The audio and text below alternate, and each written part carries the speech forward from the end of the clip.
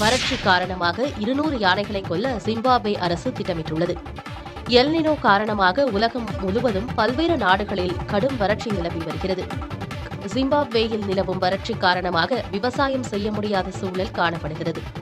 நாடு முழுவதிலும் உள்ள 6.8 கோடி மக்கள் பசி பட்டினியால் அவதியுற்று வரும் நிலையில் யானைகளை கொன்று பாதிக்கப்பட்ட மக்களுக்கு அதை இறைச்சியாக வழங்க அரசு திட்டமிட்டது.